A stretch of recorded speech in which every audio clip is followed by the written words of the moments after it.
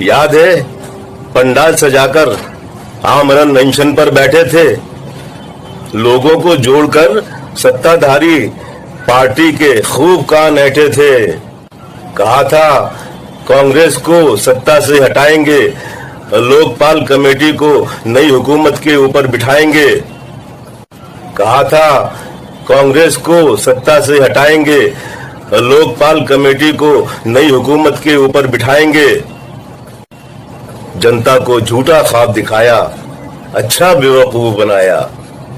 धूल में मिल गए वादे सारे, आजाद हो गए बलात्कारी और हत्यारे। चोर लुटेरों के हो गए वारे न्यारे।